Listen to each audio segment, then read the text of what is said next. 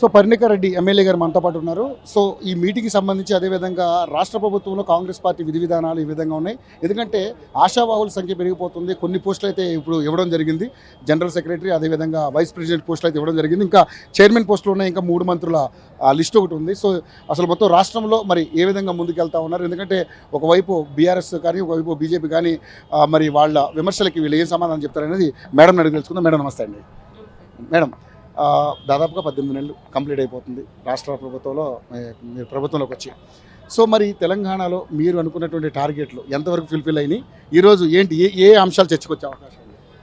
చాలా వరకు టార్గెట్స్ చెప్పిన గ్యారంటీస్ చాలా వరకు పూర్తి చేసుకుంటూ వస్తున్నాం. ఒకటి తర్వాత ఒకటి చేసుకుంటూ వస్తున్నాం. సో తప్పకుండా మిగతా ఏవైతే చెప్పామో అవి కూడా త్వరలో చేసుకుంటూ ముందుకెళ్తాము.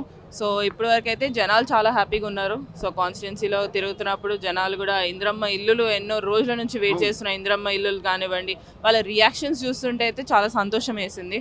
సో తప్పకుండా మిగతా హామీలు కూడా అదే విధంగా ఈ 1.5 yearలో ఎలా చేసామో అదే విధంగా ముందుకు కూడా తీసుకుని వెళ్తాం. కానీ 18 నెలల్లో మీకు వ్యతిరేకత విపరీతంగా వచ్చింది, మూడగట్టుకున్నారని మాట్లాడుతున్నారు. ఒక్కటండి వ్యతిరేకత అని ఒకటి లీడర్లో మాట్లాడడమే కాకుండా ఇప్పుడు గ్రౌండ్ లెవెల్లో రియాలిటీ చూడాలి. నేను యూజువల్గా కాన్స్టిట్యున్సీలో జనాల్లో ఉంటాను. జనాలు అడిగేది ఇంద్రమ్మ ఇల్లులు ఎప్పుడు వస్తాయంటే ఇప్పుడు ఇంద్రమ్మ ఇల్లులు వచ్చాయి. మిగతా గ్యారంటీస్ చెప్పినట్టుగా ఇస్తూ వెళ్తున్నాం. సో తప్పకుండా దే ఆర్ ఆల్సో హ్యాపీ, ఇప్పుడు సాటిస్ఫై. సో చేస్తున్నారు, ప్రభుత్వం చేస్తున్నారు, మిగతాయి కూడా చేస్తారనే నమ్మకం వాళ్ళలో ఉంది. సో తప్పకుండా it is going to be a good 3.5 years. ఇంకా రానున్న 3.5 years కూడా మిగతా హామీలు కూడా తప్పకుండా నెరవేర్చుకుంటే ముందుకెళ్తాం. 6 మంత్రి పదవుల విషయంలో కేవలం 3 మంత్రులనే ఫుల్ఫిల్ చేశారు. ఇంకా సామాజిక సమీకరణాల సమతుల్యత ఉంది. మరి ఏంటి ఎంతవరకు ఫుల్ఫిల్ అయితే తప్పకుండా అవి కూడా అయితే. సో త్వరలో అవి కూడా చేస్తారు. సో హైకమాండ్ ఏ నిర్ణయం తీసుకుంటే దానికి అందరం కూడా కట్టుబడి ఉంటాం. స్థానిక సంస్థల ఎన్నికలు వస్తున్నాయి మేడం. సో కోర్టు నుంచి కూడా ఈరోజు మీరు మందలించడం జరిగింది మీ ప్రభుత్వాన్ని. సో ఏంటి స్థానిక సంస్థల ఎన్నికలు ఎప్పుడు ఉండబోతున్నాయి? త్వరలో ఉండబోతున్నాయి. సో కోర్టు తీర్పు ఉంది కాబట్టి ఇట్స్ రిజర్వ్ ఫర్ జడ్జ్మెంట్ కాబట్టి తప్పకుండా కోర్టు ఆర్డర్ బట్టి విల్ గో ఫార్వర్డ్. అంటే ఎందుకు లేట్ అయిందని దానికి సమాధానం? లేట్ అయిందనేది అయితే ఉంటుంది. ఇప్పుడు మేము బేసిక్గా బీసీ కులగణన గురించి చేసాం. సో ఎస్సీ వర్గీకరణ అవన్నీ ఉండే కాబట్టి కొంచెం ఆలస్యం అయింది. సో దాన్ని ఎట్లా ఇంప్లిమెంట్ చేయాలనేది ఉండే కాబట్టి సో తప్పకుండా ఈ హైకోర్టు జడ్జ్మెంట్ బట్టి వీ విల్ ఫాలో అండి. ఓకే. సో కేటీఆర్ గారు ఈ మధ్య మన ముఖ్యమంత్రి గారిని రకరకాలుగా మాట్లాడడం జరిగింది. సో ఒక మహిళగా ఏ విధంగా రియాక్ట్ అవుతారు? ఒక్కటండి ఇప్పుడు వాళ్ళు ఏంటంటే అధికారం పోయిన దీంట్లో ఉన్నారు.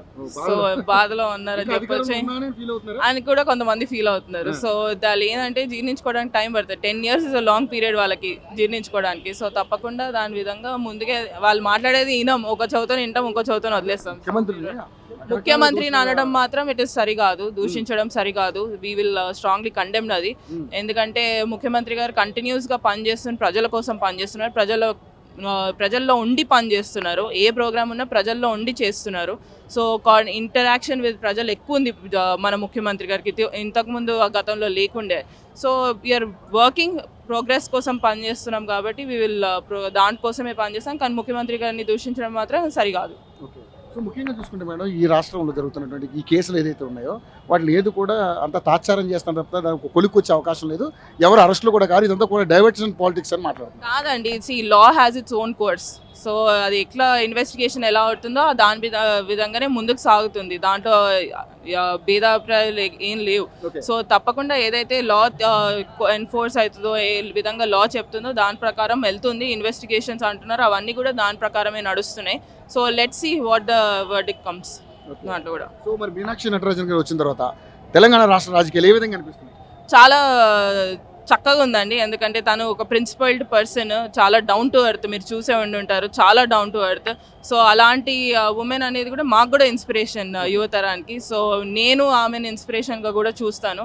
సో ఈసారి పార్టీ పరంగా కూడా యువకులకి చాలా ప్రాధాన్యత ఇవ్వడం జరిగింది. ఇప్పుడు నాకు కానీ జనరల్ సెక్రటరీ ఇవ్వడం జరిగింది. అలా చూసుకుంటూ పోతే ప్రతి ఒక్కటి కూడా 69 మందిలో ఇప్పుడు ఏంటంటే యువతరంకి కూడా ఇంపార్టెన్స్ ఇవ్వడం జరిగింది. సో అది ఏంటంటే ఫేస్ ఆఫ్ ద పార్టీ అనేది కోసం కూడా చూసుకుంటూ ముందుకు వెళ్తున్నారు.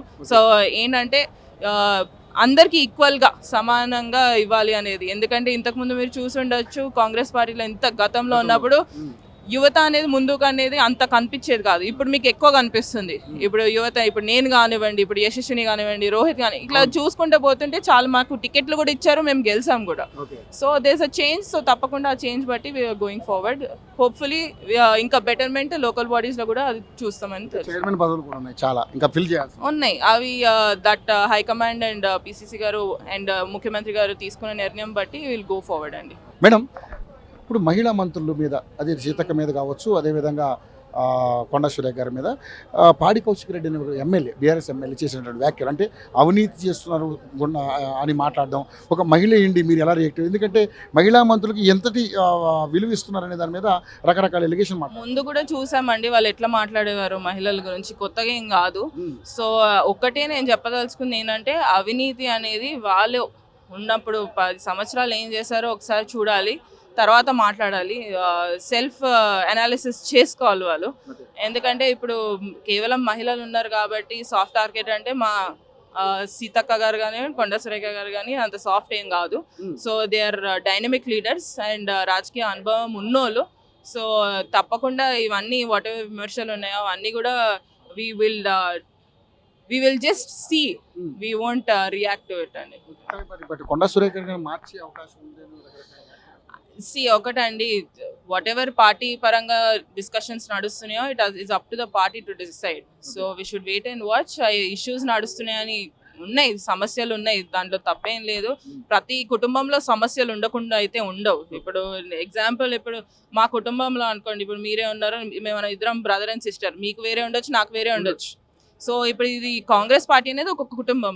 సో కుటుంబంలో సమస్యలు రాకుండా ఎందుకుంటాయి? తప్పకుండా వస్తాయి. ఒక్కొక్కటి ఐడియా ఒకరిది ఒకరు సేమ్ ఉండాలనేది లేదు. ఇప్పుడు నా తమ్ముడికి సేమ్ ఐడియా నాలాగానే ఉండాలనేది కూడా రూల్ లేదు. సో సమస్యలు ఉన్నా కూడా దాన్ని ఎట్లా సర్దుమనుకొని ముందుకెళ్తాం అనేది party is doing that job. So తప్పకుండా మా ఇన్ఛార్జ్ గారు కూడా ఉన్నారు, మీనాక్షి నటరాజన్ గారు.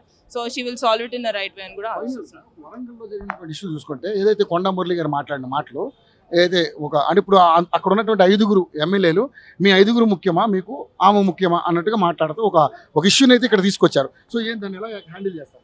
పార్టీ చూసుకుంటుందండి, దాంట్లో చూసేది ఏం లేదు. It's party to decide whatever is there. పార్టీలో అన్ని తెలిసిన వాళ్ళు సీనియర్స్, అందరు కూడా సీనియర్సే పార్టీలో, ఒక్కరు కాదు ఇద్దరు కాదు, ఎవ్రీబడి సీనియర్స్. సో వాళ్ళు పార్టీ దగ్గరికి వాళ్ళ సమస్యలు తీసుకుని వచ్చాను, పార్టీ విల్ తప్పకుండా సాల్వ్ చేస్తుంది.